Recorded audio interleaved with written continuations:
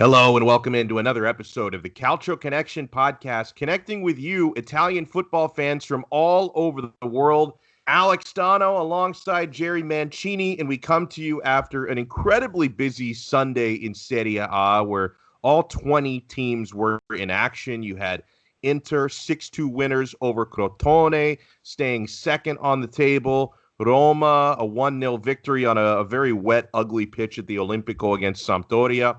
Atalanta shredding Sassuolo 5-1. Napoli shredding Cagliari 4-1 behind a really good second half.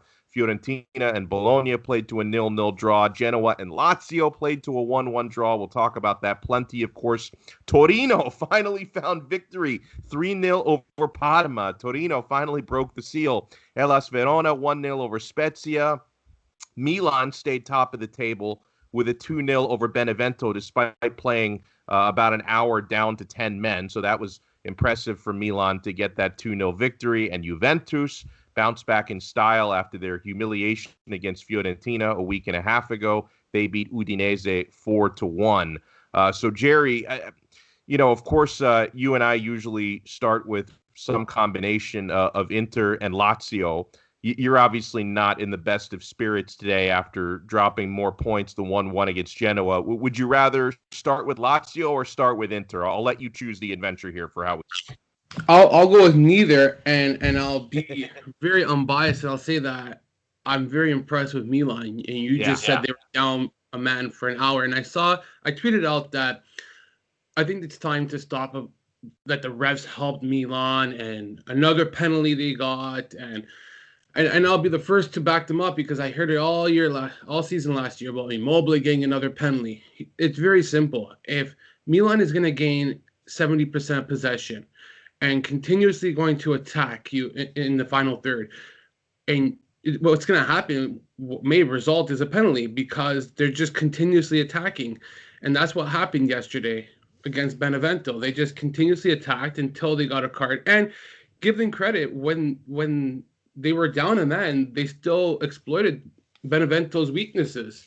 Whereas Benevento showed that they do have a lot of heart, a lot of fight, but they lack that quality where Gianluca Lapadula just laid a freaking stinker and Caprari scores the penalty, and all of a sudden, we're not talking about does Milan get the help. It's, Benevento had the chance to beat them, this and that. So I don't buy it. I think that it's time to give Milan praise, and I think this team is more than just lucky. It's a team that has overcome obstacles left, right, and center, from being a man down to missing key players to changing the culture of the team with Stefano Pioli. And I saw an article where he regrets not being able to do the same in his second season with Lazio, and how his ending was one of his major regrets. And maybe his time with Lazio has really helped him to become a much better manager, even with people skills, as well as we're seeing with Milan. So I think full credit to Pioli and how he's been able to really change this club around. Maybe his time with Fiorentina really helped him too, with the passing of Astore and just keeping the team together. So, you know what? I don't like Milan. I'm not a fan of Milan, but you got to not be biased and be blind to see that this team is actually doing everything right in the right ways, not the fact that they're having help and getting the assistance of the referees. I think both can be true. Honestly, I look at it. I look at it both ways. I do not deny they have been in an incredible run of form going back to last season after lockdown. Their defense was just incredible yesterday. Donnarumma, best keeper in Italy, one of the best keepers in the world. And you're right. I mean, they didn't fold down the occasion on both ends. It was impressive, but I also think you can. I think it's not unfair for people who are not Milanisti to be a little bit annoyed with some of the luck they get in matches, right? Because I thought the penalty that they did get was a bit of a fortunate call, incidental body-to-body contact. I think I didn't expect them to overturn it once they called it.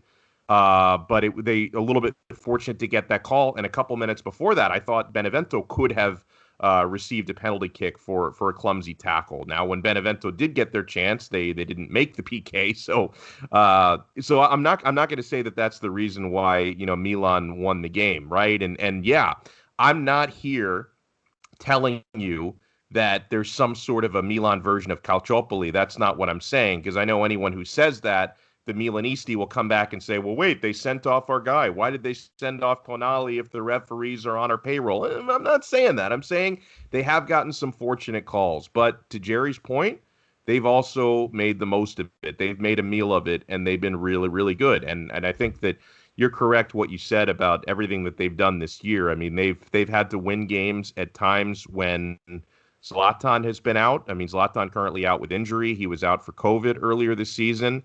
They've had to win games and earn points when Donnarumma was out with COVID earlier. They've now won games down to 10. They've won games with defensive players like Kjaer unavailable. So, yeah, I mean, they deserve to be in first place, no question about that. I found one thing, Jerry, that was really interesting about the games yesterday. When you look at what happened in Inter's match against Crotone and what happened in Milan's match against Benevento, the big summer debate amongst Interisti was, hold on, are you gonna make the investment in Sandro Tonali, or are you gonna let Conte get his senior citizen Arturo Vidal? Conte ends up taking Vidal, and Vidal has had a pretty poor year. He had a horrific penalty given up yesterday, and Tonali also got sent off in Milan's match, deservedly so. So I'm not saying that anything vindicates the other. I still would have rather made the investment in Tonali, believe me, and I think he's going to be really, really good. I really, really think that. But it's maybe taking him a little bit longer to grow into high level. I mean, because he was with in Serie A last year with Brescia and had a nice year. But I think that growing into a role in a club like Milan, it's taking him a little bit more time to grow into that than I expected. So I just thought it was ironic that the big summer debate was Vidal or Tonali, and both of them had pretty bad performances yesterday. Well, I think that Inter was actually really good yesterday, personally, and for the most part, a lot of people were doubting Conte, and I think that Conte is he's basically going to ship this team into the right direction with Serie A. And I also believe that Coppa Italia is still a priority for Inter as well. I think that is a channel where they can get a trophy, finally break their decade deadlock here, where they haven't been able to win since 2011, I want to say. I'm not exactly sure, but I think that's right. I think Lautaro Martinez showing form at the right time, playing once a week. I'm kind of concerned to see how severe Lukaku's injury is. Maybe he should have came out earlier, but I won't fault Conte. I know the score is probably 4-2 or whatever it may have been, but at the same time, it wasn't like Conte was overplaying Lukaku on a week's play. They had almost a week and a half off, basically. Just came back from a Christmas break.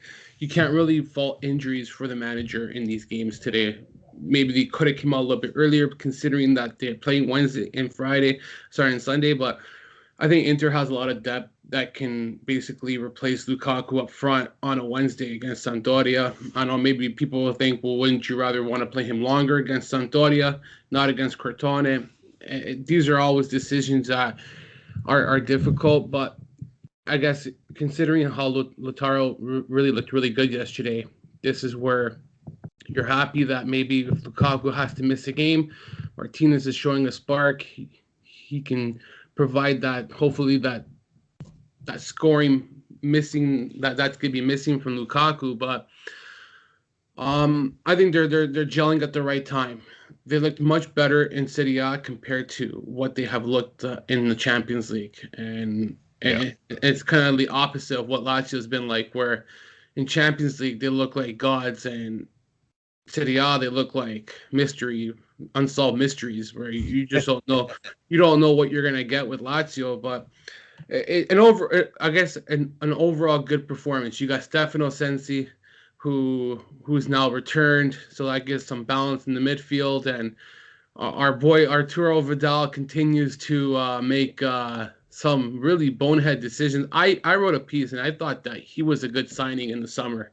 I thought so too, and I'll be fully honest. And I say that knowing that I'm in the minority of Interisti. I think the majority of Inter fans did not want Vidal. This is just a Conte fetish, they said. This is one of those guys, a Finnish player. Conte just wants him. He's not been horrible every game he's played this year. He's had a couple of decent performances, but I just think the bad outweighs the good. He's given up two really poor penalties. He has had some injury issues, been in and out of the lineup. I think his fitness looks really poor. Looked poor yesterday. So I mean, overall, this has been a net negative. And there were a few points, Jerry, I wanted to go over from the match. Vidal being one of those. I mean, he gave up that really poor penalty. He had a couple of other bad moments, misplayed balls. He was subbed off at halftime for Stefano Sensi, and Sensi, when healthy, dynamic.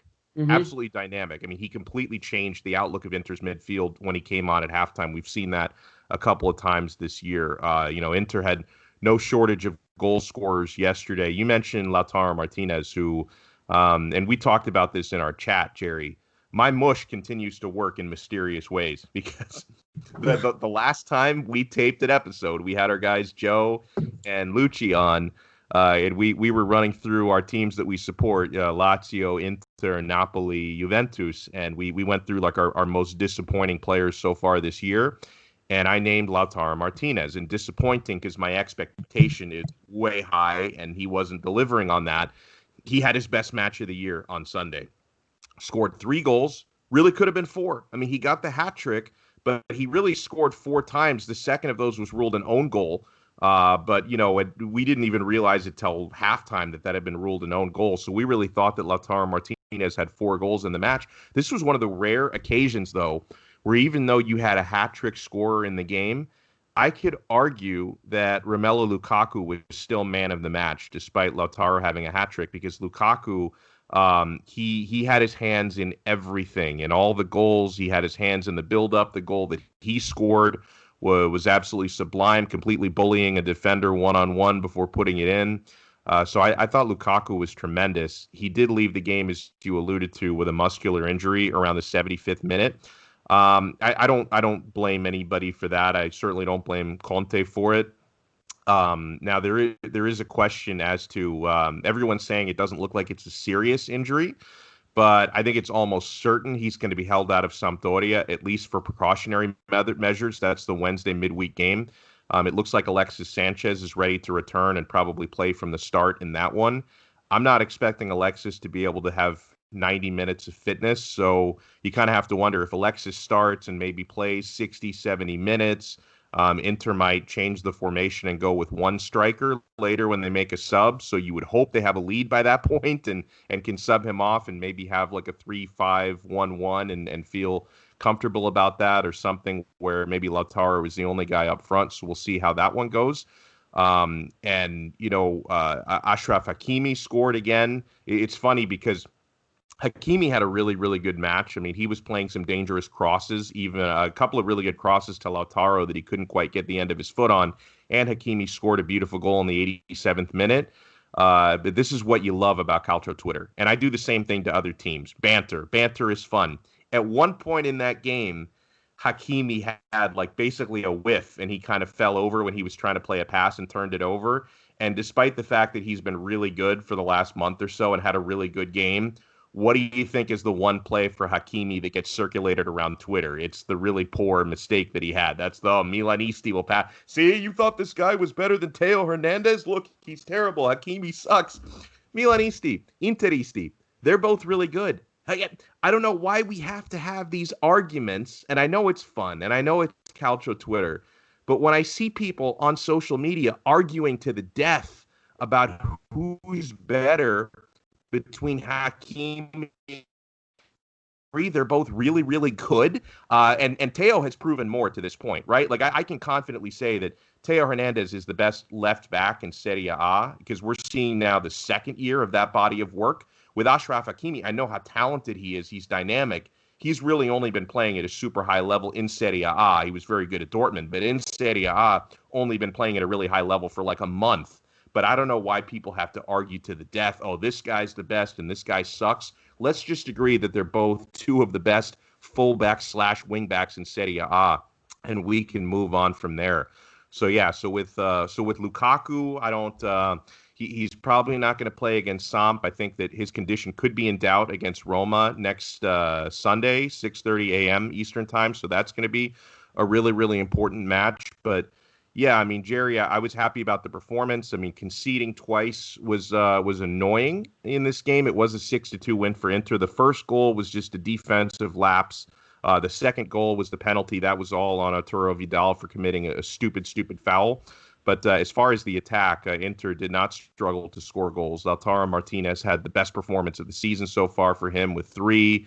Hakimi, Lukaku both scoring. So I'm pretty content. Now in the January transfer window, I'm not expecting anything, revolutionary. We look at players like Rodrigo De Paul is the wish list for a lot of Interisti, and I love him. 2 things that concern me about their prospects of bringing him in January. Number one, Udinese and the Pozzo family don't tend to make big sales mid-season, right? They tend to more look at summer for making moves like that. And then on the other side of it, in order to bring in a guy like Rodrigo De Paul, who's going to cost you a pretty penny, even if you include players going the other way, you're going to have to make some room on the squad, and you're going to have to free up some salary, right? Like, you're going to have to move on from Christian Eriksen. I know Inter want to, but it's always easier said than done, because a couple of weeks ago, when it became clear that Eriksen was not going to be part of Inter's plan and they're going to look to move him in January, people start to do this Fanta Calcio where they're saying, oh, well, maybe, we can sell him back to Spurs for like 40 million, or, oh, we can sell him to PSG for like 35, 40 million because he wants to play with Pochettino again, who's now the manager of PSG. And then reality strikes and you realize there are no big offers coming in for the guy. There are no big. I mean, even reportedly, Pochettino at PSG does not consider Eriksen his number one option and is going to look at other midfielders first. And a lot of Interisti were talking about, oh, well, we can swap Paredes for Eriksen. Paredes reportedly has rejected a move to Inter. He doesn't want to leave PSG. So reality sets in. Like, you've got a player who used to be a world-class midfielder, maybe can be again, in Eriksen. Oh, we're going to sell him for 40, 50 million, make a big profit. Well, guess what? The offers aren't coming in. You can blame it on the COVID economy. You can blame it on Antonio Conte for burying him on the bench. Blame it on Eriksen. Whoever you want to blame it on, the offers are not coming in. So in order to make a move like Rodrigo De Paul, you're going to need to move from a guy like Eriksen. I know that we're all waiting to see what happens with Papu Gomez. Maybe a few days ago I was seeing reports that Inter were the favorites for Papu Gomez, but then last couple of days I've heard nothing, and Di Marzio has not said much about him, so I don't know what's going on there. But I'm not expecting big moves in January. I think overall, Antonio Conte will probably need to try and win a Scudetto with a squad that's pretty similar to the one he has right now. And Jerry, with no Champions League and no Europa League, I don't worry as much about squad depth, even though the midfield could use an injection of life. I don't worry too much about squad depth because, as you've mentioned, yeah, there's going to be Coppa Italia, but there's no European football. Inter should have enough depth to get through the year. No, for sure. I don't see why they couldn't get through the whole season, but I guess only time will tell. Eriksen, I think the biggest issue with Eriksen was that you guys didn't play him enough. And had you guys give him a sample size, and this is why I say with Inzaghi as well, there's no point of writing players on the bench because the thing is that Conte doesn't care if they can't sell him. He's going to play the players that he wants on the pitch. He doesn't look at the long-term effect that had he played Eriksen, he could have sold him. That's the downfall, but it is what it is. I think Eriksen's future, his playing career, could be on a downhill right now because Conte is really killing him, and he's not really helping himself either. When he does get an opportunity, he's rebelling against Conte and what he wants him to do on the pitch. I know you play a certain style, but if your manager's asking you to do something and you're rebelling, chances are you're not going to be playing anymore. You got, like you said, since he came back, Gagliardini's one of his favorites. Even a bad Vidal is still ahead of Eriksen. So the pecking order, you got Brozovic. There's just so many options that. Barella. And the fact that you're only playing once a week now doesn't really tie his hands. Well, and another one is Matias Vecino is going to be fit again soon. And Vecino is definitely he's a player that that Conte wanted to sell last summer. Like Conte did not consider him part of Inter's plans, but Vecino got hurt, essentially made him unsellable. I don't really see him as someone who's going to get moved in January. So this is one of those where you have to sort of hope and pray that this is going to be like one of those quote unquote new signings. You know, when the Italian media always says, oh, whenever there's a player that's coming back to fitness in January, well, such and such player will be like a new signing for Inter. Well, yeah, Matias Vecino is the guy that will be like a new signing for Inter. So I'm curious to see how, you know, at some point this month when he's part of the squad again, how he's going to fit into the Conte pecking order, right? Like where is you know, let's say, and I do expect Eriksen to be moved. I do expect that. But if Eriksen, for whatever reason, doesn't leave in January, even on loan, he might go on loan. You know, does Vecino get above him in the pecking order? You know, I assume Vecino would probably be below Gagliardini and probably still be below Arturo Vidal, but maybe he should be ahead of Arturo Vidal in the pecking order. I'm curious to see how that goes. Yeah, that's the biggest question mark. We never know what Conte wants to do personally, but I'm just pulling up their squad now for Inter. Just curious to see. Yeah, you said I didn't know if Vecino was even part of the team still. Freaking that's how much we've heard about him personally. Yeah, he had surgery last summer. I think it was on the foot, if I'm not mistaken. But yeah, he had an injury, and so yeah, like they totally they would have sold him if they could have, but you know, you didn't really have any offers because he was hurt. No, for sure. Again, he has a lot of options now, so I think that coming and I don't think that Coppa Italia will be a big adjustment for this team. I think that the goal was always, in the piece that I wrote earlier this year, was that the goal was never Champions League. It was always Serie A. And we're seeing this right now that he's delivering for Serie A. So I don't think Vidal is in the doghouse personally yet. He has made two bonehead decisions, but I think his overall play hasn't been as bad as people are making it out to be. I think it's just the timing of his decisions that may have that hurt his side, but the overall play of his game hasn't been bad. I think if there's one area that concerns me with Inter, it's more the wingback position. Yeah. And I don't like what's his name? Oh, sorry. Young? Yeah, I don't like Ashley Young. I think he's too inconsistent, personally. Where one game he looks really good, one game he looks really bad. And maybe keeping Candreva may have been a better solution to play behind Young. Yeah, he can't play on the left. Sorry? He can only play on the right. Mm-hmm.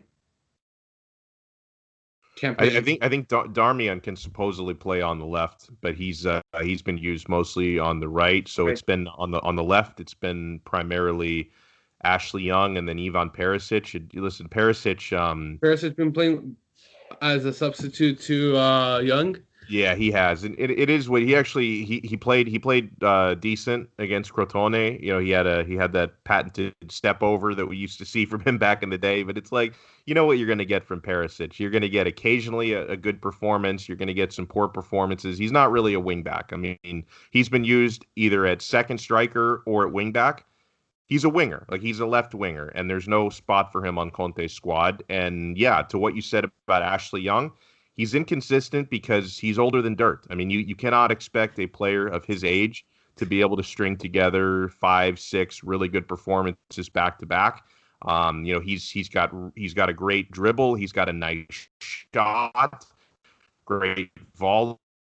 He can cross, he can score. But then there are some games where he's going to look slow. He's going to get beaten defensively, and he's going to have moments where he disappears a little bit because he's in his mid-30s. Oh, you say he can score? Yeah, he can score Ashley Young for sure. He hasn't scored a goal this year, so he can't score. Well, he did score last year. He's capable. He's had some chances this year to score. He can score, Jerry. He can. Just because he doesn't mean he can't. Well, can is one thing. Could, I don't know. I'm looking at his stats right now, and they don't look good, man. I don't know, but could be the fact that there's no one competing against him for his position, so he's very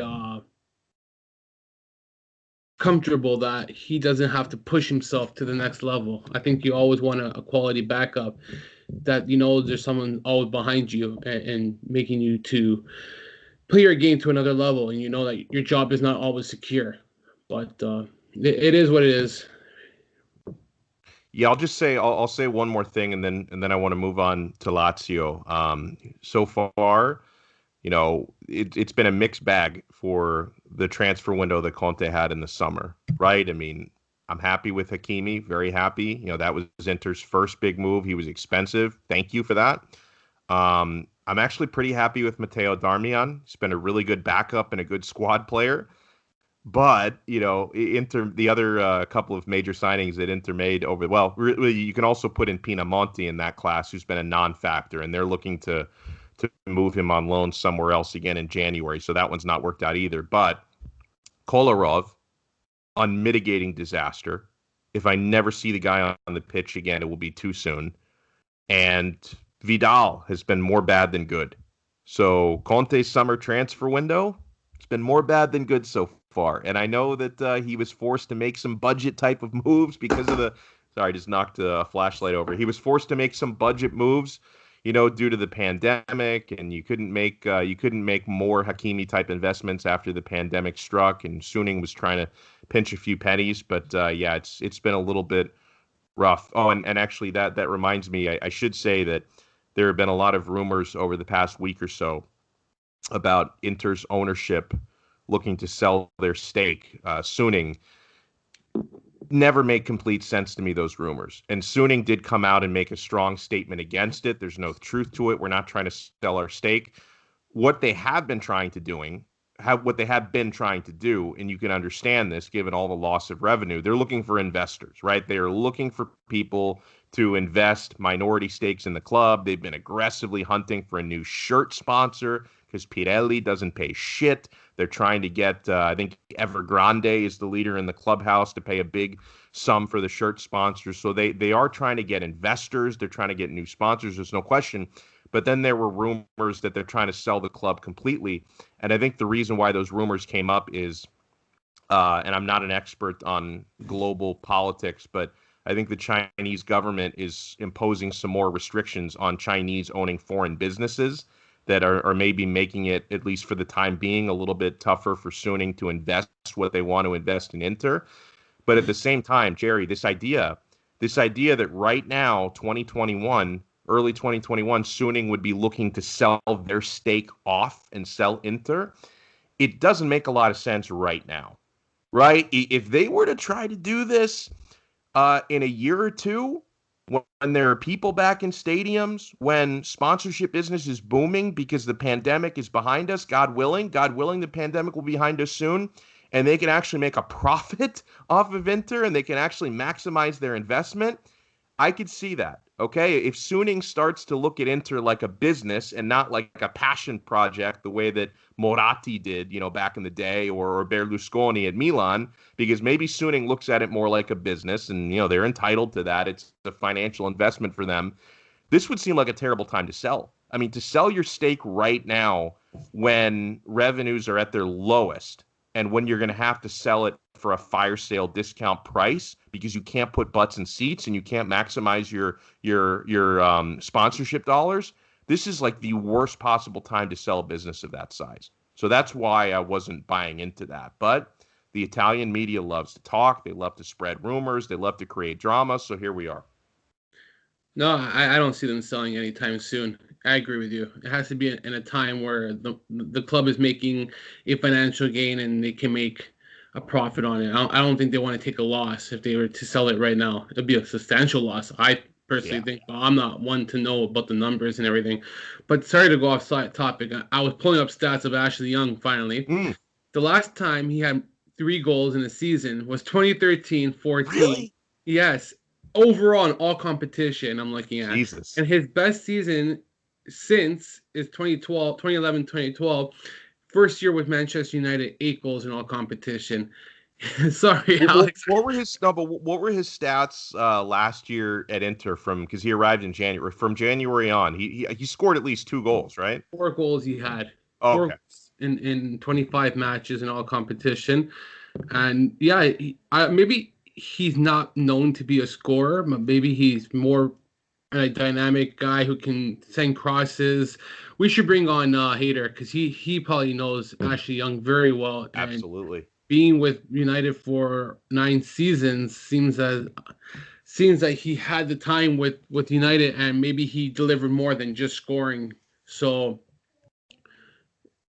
yeah, with Villa he had 9 goals every year except for his first season. Again, that's all competition. His best season was in the Championship League with Watford. He had 15 goals in his 3 years. But yeah, just wanted to pull that stat up because I'm just not a big fan of Ashley Young. But again, I hear you. I'm also being a little blindsided here because he is 35 years old, and he's kind of reminding me of Lulic, where Lulic is on the decline too. And once you, as a wing back at 35, it becomes very demanding on your body. And I think a lot of people like Lulic's heydays, where his early days with Lazio, he was one of the best in Serie A. So it's hard to judge a player too when he's 35 compared to when he was 30. So that's another thing. But I wanted to move on to Lazio, and I watched most of the game yesterday, Jerry. You know, I had like a triple screen because the 9 a.m. slot was lit yesterday. I had a screen on Napoli Crotone. I had a screen on Lazio Genoa. I also had a screen on Roma's 1-0 win over Sampdoria. I had a screen on Atalanta. So it was lit yesterday. But Inter's playing? Well, that was the earlier game, so I didn't have to have a screen on that. Would you do that if Inter was playing, or is Inter the only? No. Inter's the sole focus when they're playing. Okay. I know. I focus on that, but.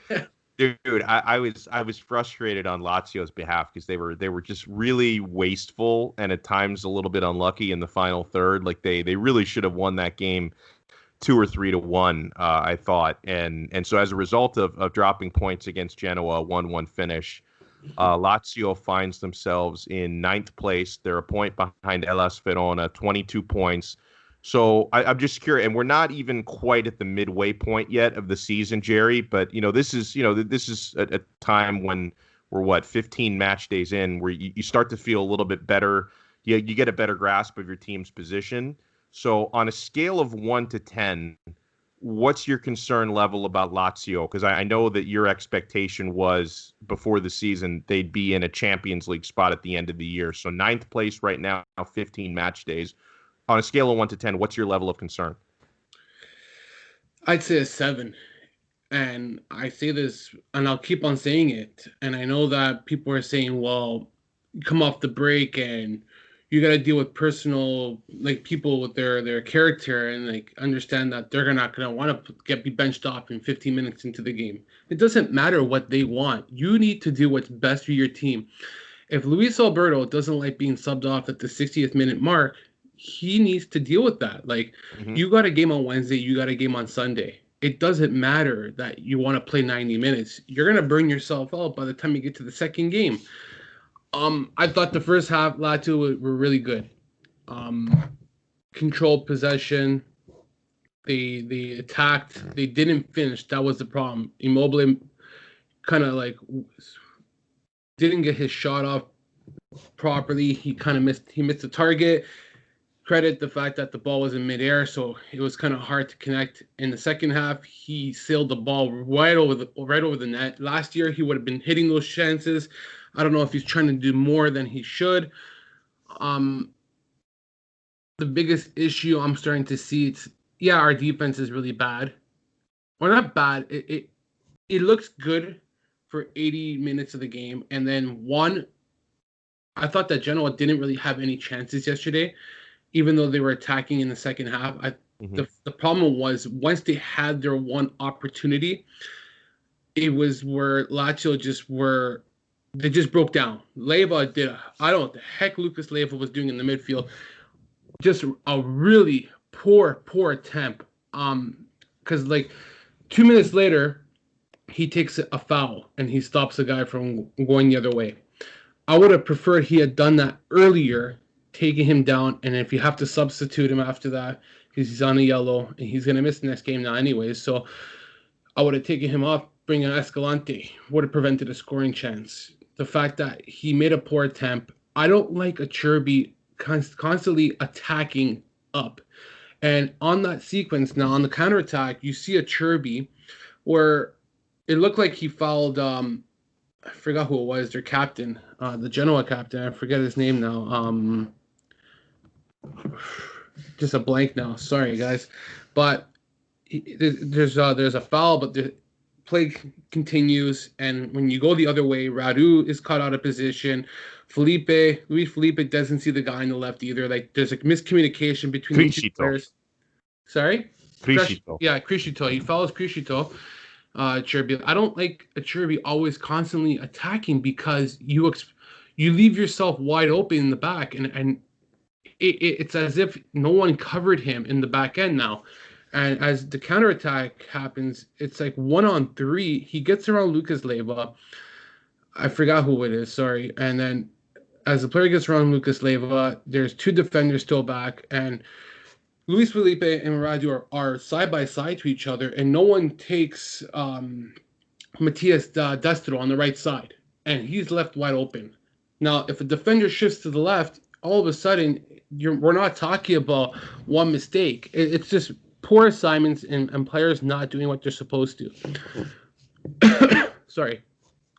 Overall, it's just another disappointing result where Lazio shoots himself in the foot. One mistake all game.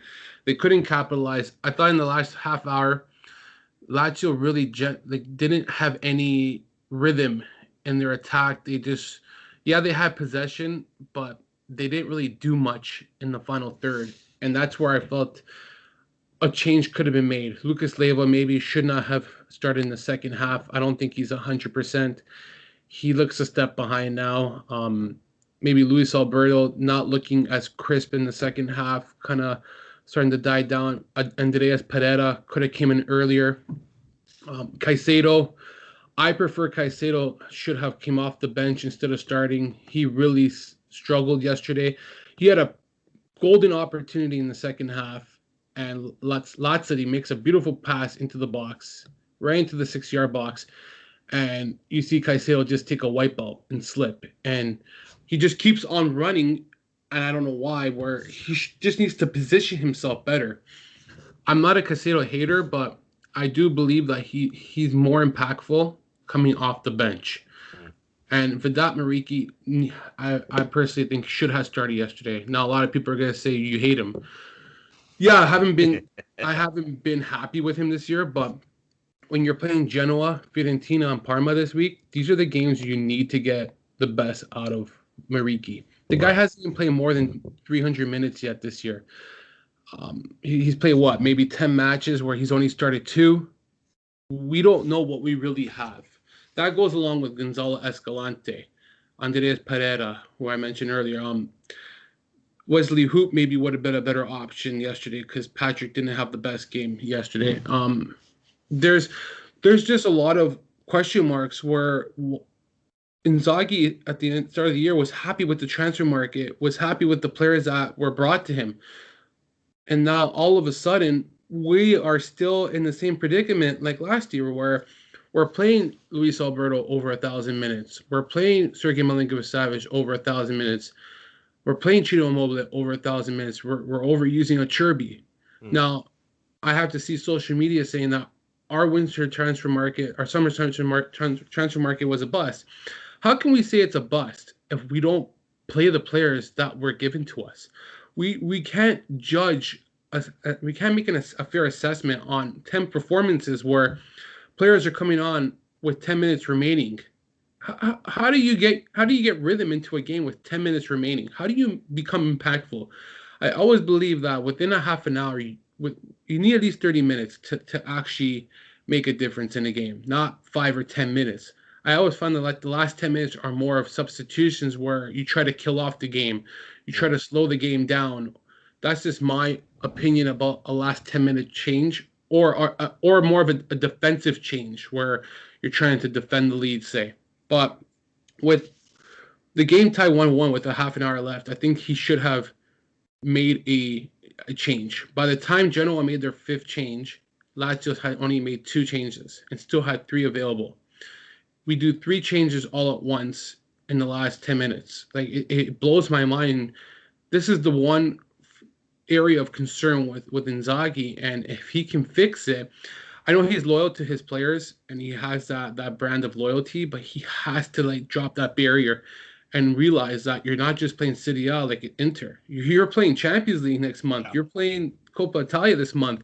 This overplaying of Sergei Milinkovic-Savic, Luis Alberto, is not going to help you. And then you have to hear that Luis Alberto is not having the best season. Well, maybe a contributing factor is that we're overplaying him. And we're not getting the best out of him because he's not getting the proper rest, the proper rotation that he needs. Now, I know that he's a star midfielder and you want to see him every game, but a game like yesterday, and I know it was a week and a half off, so you're not going to see those players being benched yesterday. Mm-hmm.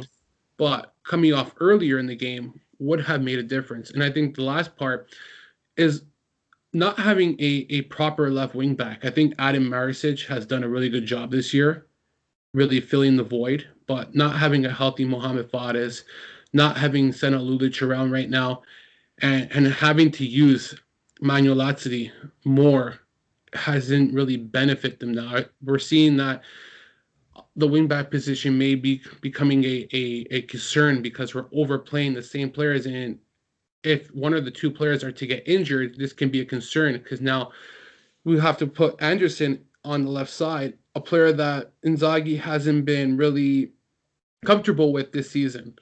And you know what? You need to give other players chances. We have an 18-year-old Raul Maro, who we spent $10 million for. He hasn't been playing. I know that he's only 18, but give him a chance. See what he can do.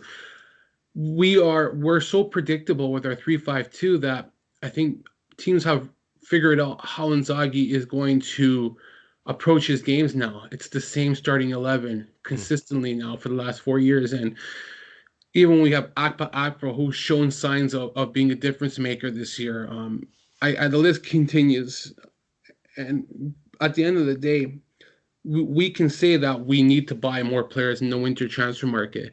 Fair enough. I would say we need a wing back. Absolutely. But after that, and maybe a center back as well. But other than that, we need to start using what is available to us. Like, if we're going to be overplaying Lucas Leiva at the age of 35 or 34, whatever he is, and on one leg, and he's just not fit, and we have Escalante who looked brilliant against Napoli and Milan, let's play him. If we have a Pereira who's looked good in 10 minutes coming off the field, imagine what he can do with a half an hour. Yeah. It's just mind-boggling. Again, and the last point is, and Daniel Lucci brought this up in our chat group, maybe the fact that there aren't any fans is really starting to hurt Lazio because this is a team who really depended on fans. And I take that into consideration only to a limit, because when you're getting paid X amount of dollars to be playing a game, I don't care fans or no fans, you need to go to the game ready and prepared. Like that's, and I know people are gonna say, oh, easier said than done, but I just think that when you're making $5 million a year, $3 million a year, there's no excuses. That should be the motivation for you, especially aside from loving the game, that you're being compensated so much compared to what other people make in this world. So it's going to be a rough stretch if Lazio doesn't change up things. And maybe I saw Stephen Moore on Twitter considered a 4-2-3-1, I believe he mentioned. If I want to, he was saying like a different formation he recommended. And maybe with a back four would work better because Lazzari can play as a I believe as a right back, and we have the personnel to go to a 4-back. So I don't see why that couldn't not work. 4-2-3-1, yeah. So maybe a switch in formation will allow a different tactic, something different, a different approach that Lazio maybe need to go after their opponents. So the absence of Correa doesn't help. But again, Correa is a prime example. Did we need to play Correa versus Milan when we could have started Caicedo, who was healthy, or Mariki, who was healthy, and we could have had Correa available this week? Now we have Correa missing up to a month. That's my point. And yeah, you can only judge your transfer market to a point only if you see enough opportunities. And the last thing I'll say is I don't judge players on 10 minutes coming in the game yesterday. With 10 minutes, you don't get enough time to you can't judge Mariki yesterday with 10 minutes in the game. It's not enough for him to get into the game, to get his rhythm, to see what he's able to do. Even Pereira and Akbro, like it's just not. To me, I won't judge those players in 10 minutes. So fair enough. But other than that, I'm hoping that they'll be able to turn it around. The season's long. I've seen Lazio be on the top and then dip to the bottom. I've seen crazy things happen where teams start to lose 9 games in a row, and all of a sudden you're like, well, what happened? We were winning 20 games in a row. All of a sudden we're losing 5 in a row, 6 in a row. So it's a different season this year as well. I'm very frustrated because it's a condensed schedule and you're still playing the same players. I would have thought that with a condensed schedule, a guy like Inzaghi may have adapted, and especially at the beginning of the year with so many injuries, people were like, oh, Inzaghi's starting to rotate. We're starting to see maybe a shift in other players being played. The only reason that happens is because COVID-19, injuries, he was forced to make changes. If he's not forced to make changes, he's not going to do it. And this is the one flaw that can really hurt him. So we'll see what happens Wednesday. I'm hoping that Mariki actually gets to start over Caicedo. I personally like to see more of what Vidat can provide. At this point, even if he does provide a bad performance, at least I know that, okay, he can't cut it out against Fiorentina, Parma. It wasn't a great investment, but he needs a good sample size for me to fairly judge him, and other players too that have arrived. Fair enough. Yeah. So Lazio has Fiorentina midweek, Inter at Sampdoria. But real quick, Jerry, before we wrap it up, there is a game I wanted to devote our final topic to before I've got to go here. The champagne game midweek, Milan hosting Juventus. Now, before I make my prediction, and I want your prediction as well, I want us both to weigh in on this topic, okay? We gave Milan earned praise at the top of the show, right? Even though, have they been given some questionable penalties? In my mind, yes. Have they played incredible football this year and made the most of their opportunities? The answer to that is also yes. And they've been top of the table all year, essentially. I think there was one point when Sassuolo might have been top of the table, but for all intents and purposes, Milan has been atop of the table all season long. Juventus against Fiorentina a couple of weeks ago had a horrific result. They bounced back against Udinese over the weekend. But this game, Jerry, I think that if Milan gets this victory, if they beat Juventus, I think people are actually going to, and that might include odds makers, will legitimately start to consider Milan a favorite for the Scudetto.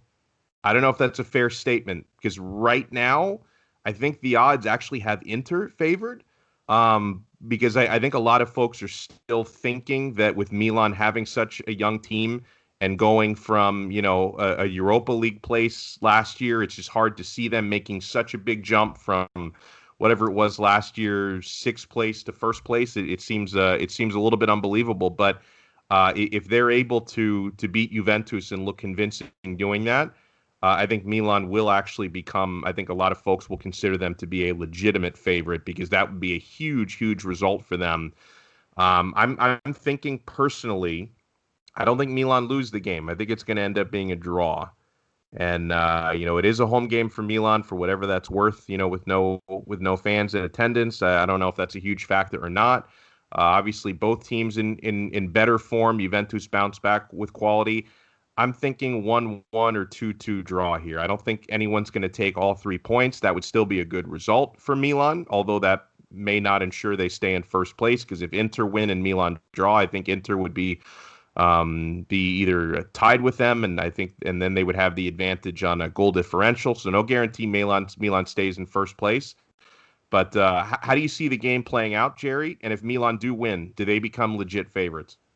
Absolutely. They become the favorites to win the Scudetto. And then you have Inter second. But here's my takeaway. If Cuadrado starts on Wednesday, I personally believe that Juventus is going to lose this game because this guy's a liability. I'm in a chat group, and there's a few guys who think that Cuadrado has been good. His delivery's been good, his crosses, all that. I think he's just a liability that he's prone to like these big mistakes that just really hurt his team. And yesterday, without Cuadrado, they look much better without him in the lineup. They looked really fluid yesterday. They really were making crisp passes. And I thought that Ramsey was their best player throughout the whole match. He really controlled that midfield. When they were in the final third, he really created chances. He was opening up, creating space, creating like good passes, creating opportunities, and Chiesa was really good yesterday as well. Very dynamic. He was very, very impactful throughout the whole game. And Dybala getting a goal right at the end could really have boosted his confidence going into Wednesday's match. This is a team that maybe is showing good form right at the right time against a very hot Milan, who is still very depleted in players, and a team like Juventus can maybe take advantage of Milan. As much as we want to praise Milan for what they've done since June, at the end of the day, Juventus is always the team that we have to look out for. It doesn't matter that they're 9 points back or 10 points back. They have proven that gap is never sufficient against a side like Juventus, who have won 9 Scudettos in a row. And people always think that this year's the year where they're going to drop off. They're not going to win. They're no longer the team that they are. Pirlo is still adapting. He's still learning. He still needs time to adjust. Yesterday, he was really good in his decision making, in his squad rotation, substitutions, all that. Come Wednesday, this is going to be a very highly motivated Juventus side who's going to want to really beat Milan. I have Juventus winning this game, and I know that I've tried to do the mush so many times. I'm over the mush factor. I'm gonna go with I'm the new mush. I'm gonna go truly what I believe, and I do believe that Juventus is going to come on top of this game. Milan have looked, like I said earlier, Milan have looked really good this year.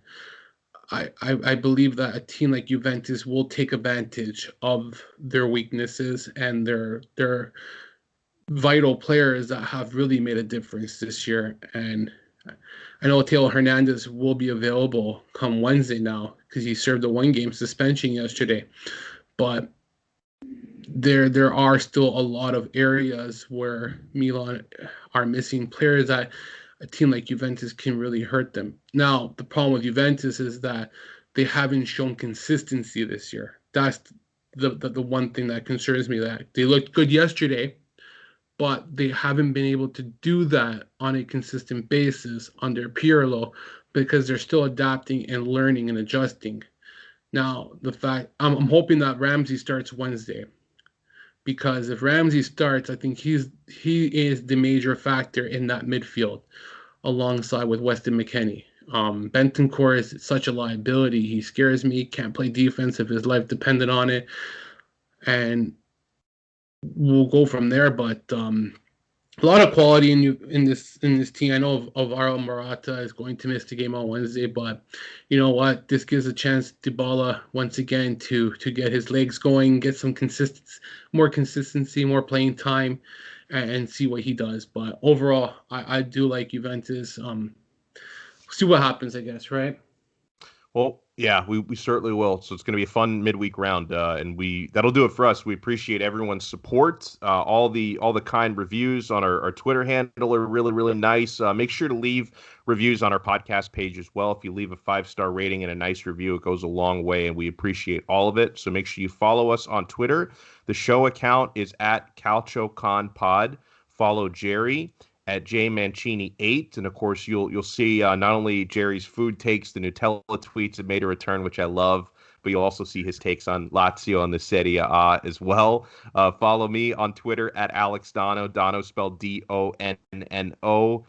Make sure you tune into my shows on Onside Radio, onsideradio.com as well. And yeah, we'll talk to everyone.